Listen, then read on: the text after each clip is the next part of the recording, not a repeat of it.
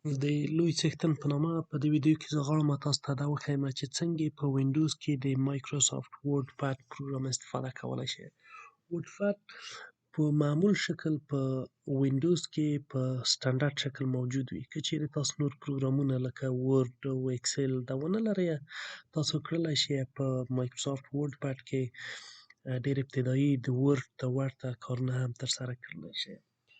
نو اول باید دا وپوهیږو چې په دې پروګرام کې کوم شیان تاسو زده کولای شئ. دا پروګرام چې دی دوه مینوګانې لري، یو د هوم مینو ده او بل د ویو مینو لري.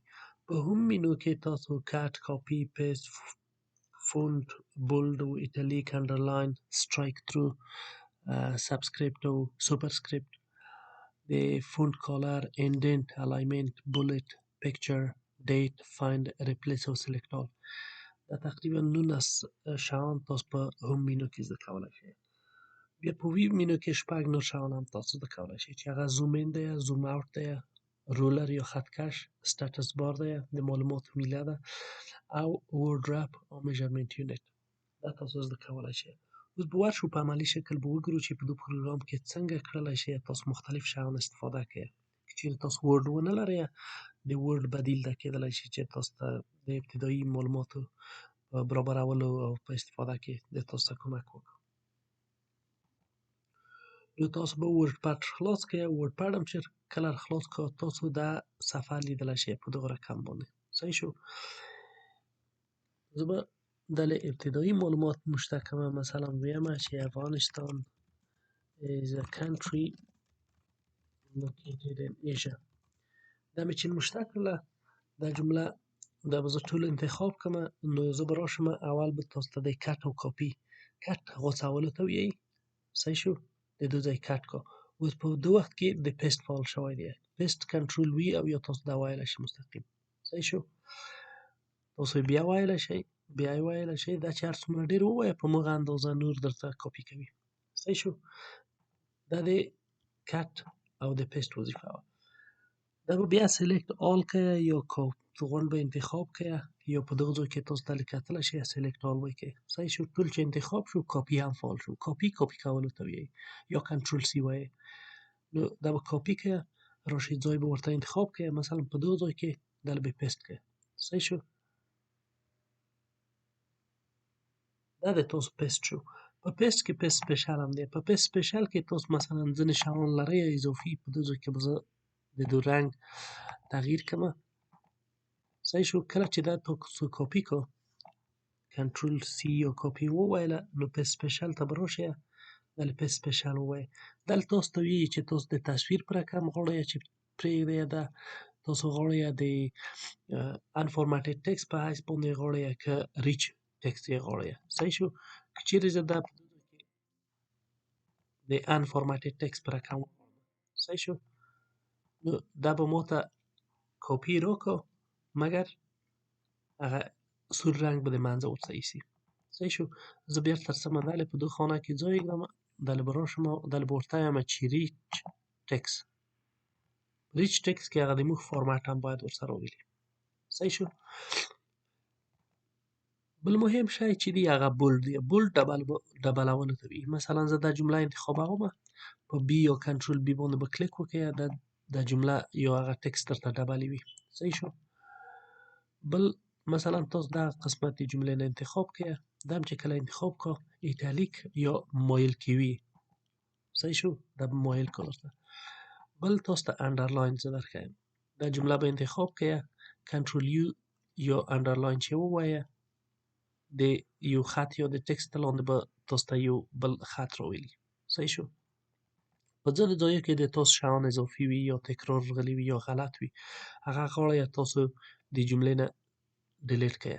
ډیلیټوئ یې نه، تنها خط پې کش کړئ. صحیح شو. مثلا افغانستان مې انتخاب کړ، دغه دا سټرایک تھرو وایي، نو خط به پې کش کړئ. صحیح شو. دا یو. بل که چیرې تاسو فرموله لیکئ، مثلا غواړئ چې تاسو ولیکئ چې H2O یا اوبه، مثلا دا دوه یې اوس غټ لیکل شوي دي، دوه باید کوز راشي. صحیح شه. نو دا به په ایکس باندې کلیک کړئ، دلته سبسکرپټ وي، نو H2O به یې کوز راشي. مثلا تاسو وایئ چې A په طاقت د 2 یا A په طاقت 3 جمع B په طاقت 2 منفی TC مساوي کی په 4 ABC صحیح شو. مثلا تاسو دا ولیکو دغه A باید طاقت شي صحیح شو. نو A به انتخاب کړئ د دوه M چې انتخاب کړله دا به ورسره ولیکئ دو ته سوپر سکرپټ وي. بیا به B انتخاب کړئ B چې انتخاب تنها 2 صحیح شو یعنی B په طاقت 2 نو دا سوپر سکرپټ به ورسره ووایه دا به مستقیم A په توان د 3 جمع B په توان د 2 منفي C مساوي کی په 4 ABC صحیح شو.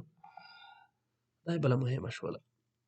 بله خبره به دا وي چې موږ بیا ټکس واخلو ټکس انتخاب کړو ټکس هم د دوه څه انتخاب کړو تاسو د دغه A چې وینئ دا رنګ چې ورساتئ د دونه رنګ تغییرولی شئ هر کم رنګ چې ورکوئ د خپل ټکس ته رنګ ورکولی شئ مثلا د بانجاني رنګ یې واخیستو دا یو بل تاسو هایلایټ کولی شئ هایلایټ دې ته وایي چې تاسو خپله په خط باندې یو بل رنګ کشف کړئ مګر خپل هغه خط کې د ویلو وړ وي ښه مثلا تاسو زیړ خط استفاده کوئ یا شین صحیح شو دا هم چې استفاده کړو خط اوس هم ته ویل کیږي دو ته هایلایټر وایي ښه دا بله خبره. بله خبره دا ده که چیرې تاسو یوه جمله انتخاب کړئ مثلا دغه آخره جمله به زه انتخاب کړم په دغه غټه A باندې چې ور کلیک کړئ دغه د فونټ غټې وي صحیح شو دا یې فونټ غټ کړو په دغه وړه A باندې چې کلیک کړئ دا شرینک یې وړې وي زه به دغه ځای انتخاب کړم تنها دا قسمت یې په شرینک به کلیک کړم دا درته وړې وي صحیح شو.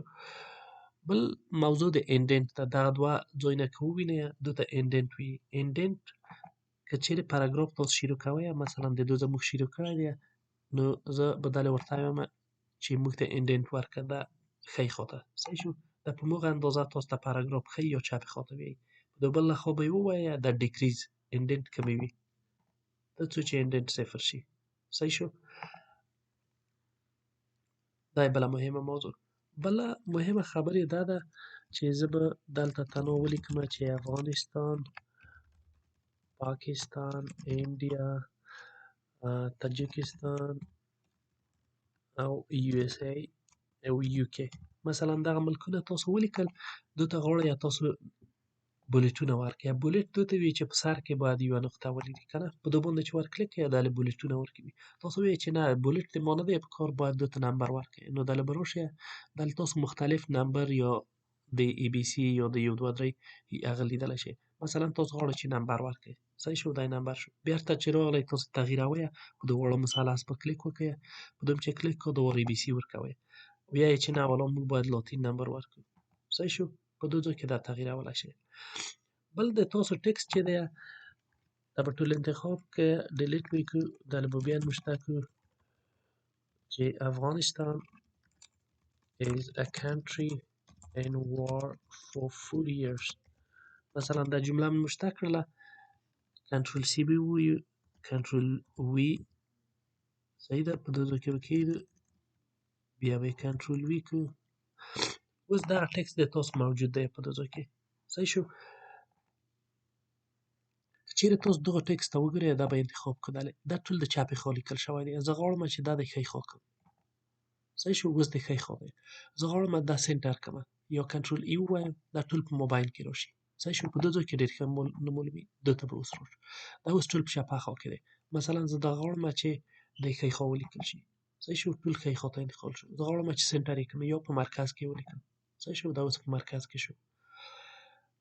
بل دغه ځای که ووینئ دا د لاین سپیسینګ دی د دغه هر خط ترمنځ فاصله مثلا دا دوه خطونه به زه انتخاب کړم دا مې چې انتخاب کړل دو ته به راشم لاین سپیسینګ اوس 1.15 سانتي متره دی صحیح شو زه غواړم چې د دو فاصله کمه کړم یو یې کړم که چیرې تاسو ووینئ د دو فاصله لږ څه کمې زه غواړم فاصله یې ډېره کړم صحیح شو 2 شو اوس فاصله ډېره شوله دا یې بله مهمه موضوع. بل شی چې په دو ځای کې موږ استفاده کولی شو هغه د پاراګراف دی پاراګراف که چیرې په انګلیسي کې ووینئ دا فکر وکړئ دا یو پاراګراف شو صحیح شو دا د پاراګراف چې په دو باندې ور کلیک کړئ په دغه کې پاراګراف انډنټیشن یعنې د ښۍ خوا څومره فاصله اوس صفر ده مثلا زه یو ورکوم یو مې چې ورکړو د موږ ټول پاراګراف په د ښۍ خوا نه ګوره که چیرې تاسو دغه د خط کش ځای ووینئ د موږ ټول یو انتقال شوی دی ده زه بیا دا ټول انتخاب کوم، په پاراګراف باندې به کلیک کوم، دا به صفر کوم. صحیح شو. د فرست لاین به زه تنها وغواړم چې تنها اول خط د دوی باید موږ ته یو انډنټ ولري. صحیح شو. دا به ووایم او دا به ورسره ووایم. نو که چیرې وګورئ تاسو دغه د موږ اول خط دی، د موږ اول خط انډنټ چې دی یعنی باید د دوی ځای خط شیره شوی وای. دا اوس د دوی ځای شیره شوی د دوی په خاطر چې موږ هلته انډنټ ورکړو. په انګلیسي کې چې کله تاسو مقالین مشته کوئ معمول انډنټیشن باید 1.5 یا 0.5 موجود وي په پاراګراف کې. نو کله شي تاسو د دې استفاده وکړئ. صحیح شو. دا بله مهمه موضوع. بله موضوع د پیکچر ده. تاسو کولای شئ چې وورډ پد ته پیکچر هم وارد کړئ. نو په دې باندې به کلیک وکړئ، پیکچر به ووایه. تاسو تصویر کولای شئ د یو ځای نه تصویر انتخاب کړئ. مثلا زه به ډیسکټاپ ته راشم، دغه تصویر مو خپله جوړ کړی دی، دا به زه ورته وارد کړم. مثلا دا تصویر مو وارد کړ د خپل صفحې نه. صحیح شو. په دې ځای کې چینج پیکچر ویلی شئ، که بیا په ور کلیک کړئ او دلې ریسایز کولی شئ، یعنې سایز د دوی تغییرولی شئ. سایز باندې به کلیک کړئ چې افقي څومره وي او په عمودي شکل باندې څومره وي. دلې په فیصدي ورکړی دی. صحیح شو. او که چیرې لاک اسپیکټ ووایه په دوی کې تاسو لاک کولی شئ، یعنې هر وخت چې صفحه خلاصوئ خپله غټ ورډ نه شي. زه به دا ووایم چې خپله تغییر شي. اوکې. صحیح شو. دا د پیکچر موضوع. دا به ورک کړو.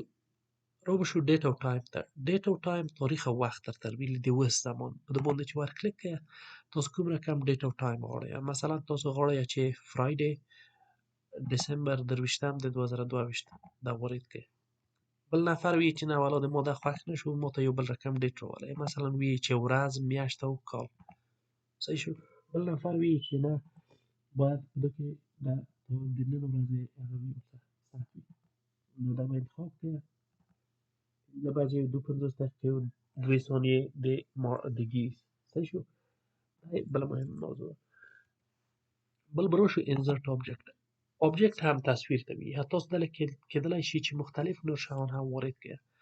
مثلا دلته که وګورئ د اکسل چارت دی، باینري ورډ شیټ دی، د ورډ او اکسل د 97 او د 2003 دی، دا ورته واردولی شئ. د مایکروسافت چارت مختلف شیان ورته واردولی شئ. که چیرې د تاسو موجود وي دا ورته واردولی شئ او یا یې جوړولی شئ خپله. کرییټ نیو ووایه او کرییټ فرام فایل. مثلا زه په دې باندې ووایم چې کرییټ نیو. اوکې به یې کړئ.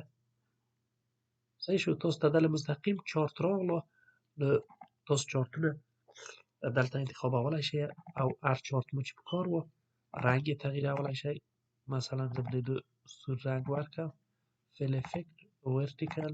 اوکې او اوکې. بک‌ګراوند یې تغییر شو. دا به کلوز کوم. صحیح شو. دا چې کلوز شو دا د موږ د افکت نه د انزرټ افکت نه موږ شیان راوستل. بل د ویو مینو ده. او وبخښئ فایند پیدا کولو ته وایي. تاسو به ټکس دلته نوشته کړئ. مثلا په دغه دا ټکس دی موږ غواړو چې په دغه کې افغانستان پیدا کړو. فایند باندې به کلیک وکړو. دلته به نوشته کړو افغانستان. افغانستان هم چې نوشته کړو د تاسو نه دوې پوښتنې کوي چې مچ هول ورډ اونلی، یعنې تنها سپل یې صحیح وي، که مچ کیس که ووایه تاسو باید که لوور کیس و اپر کیس یعنې غټ واړه کې لیکل شوي وي دا په نظر کې نیسي. زه ورته وایم چې دا په نظر کې مه نیسه.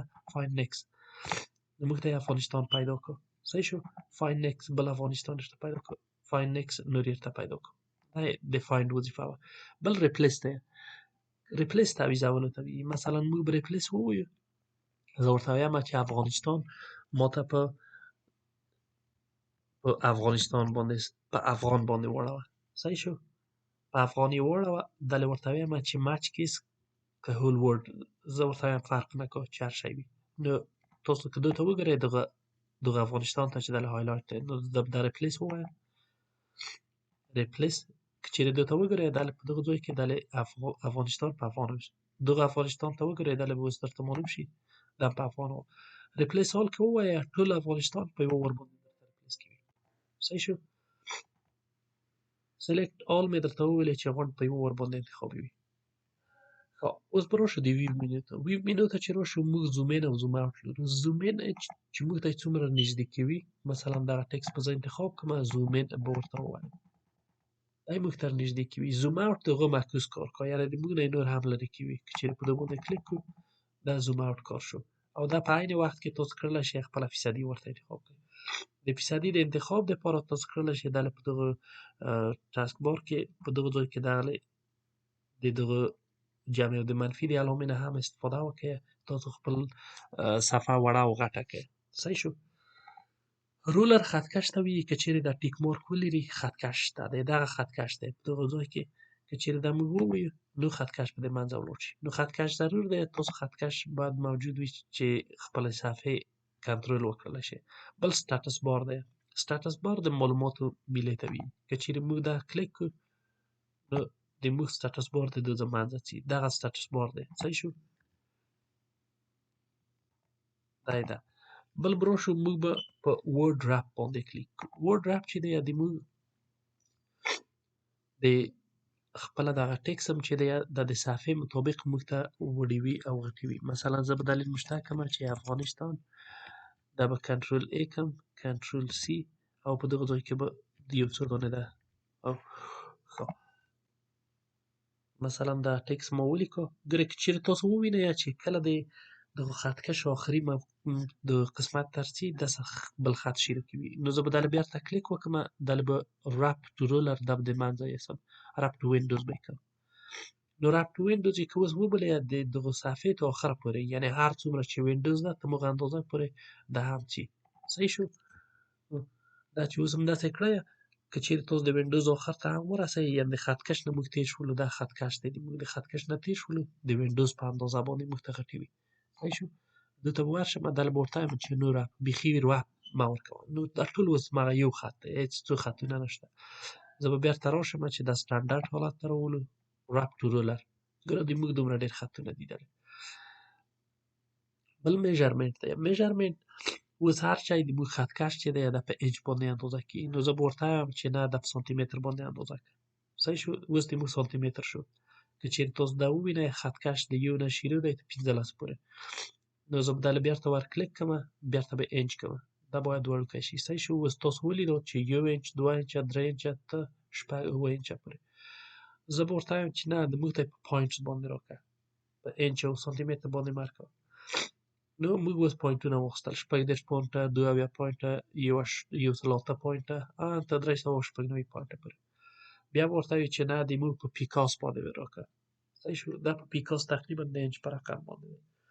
نو دا شو د موږ ټول مایکروسافټ ورډ پډ چې تاسو کړلی شئ په ډېره اسانه طریقه باندې. که چېرې ورډ په خپل کمپیوټر کې موجود نه وي، تاسو کړلی شئ د مایکروسافټ ورډ پډ نه هم استفاده وکړئ. تاسو کړلی شئ د مایکروسافټ ورډ پډ پروګرام ثبت هم کړئ. مثلا په صفحه باندې کنټرول اس به ووایه، کنټرول اس هم چې ووایه ځای به انتخاب کړئ په کوم ځای کې، او د ډاکومنټ نوم به ورته ووایه چې ټریننګ پریکټس. مثلا دا هم چې ووایه په ډیسکټاپ باندې، زه به یې کمپیوټر لرنینګ کې په دې کې به واچوم، سیو به یې کړم. صحیح شو. اوس به دا فایل وتړو. دا هم چې وتړو زه به بیرته راشم، نو د ما د کمپیوټر فایل دغه دی کمپیوټر لرنینګ، په دې کې به ور کلیک کړم. دله مې چې کلیک کړو اوس تاسو وینئ په دغه ځای کې د ما د ټریننګ پریکټس په دې باندې به ور کلیک کړم. صحیح شو. د ما فایل اوس خلاص شو، تاسو یې لیدلی شئ دلته.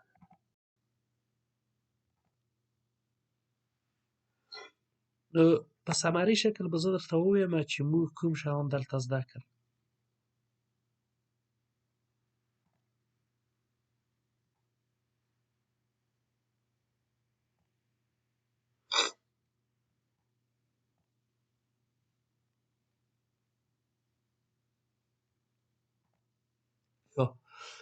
سمري د موږ د هوم مینو هم زده کړله او د ویو مینو. تقریبا 19 آیټم په هوم مینو کې وو او 6 آیټمه په ویو مینو کې. دا ټول موږ د مایکروسافټ ورډ پډ کې زده کړل. نو د ورډ پډ پروګرام هم دومره وه. که چېرې کوم سوال وي، خپل کوم نظر لرئ په کمنټ کې کېږدئ، زه به تاسو ته په هغه باندې بله ویډیو جوړه کړم او معلومات به پرې درکړم. نو ښه چانس.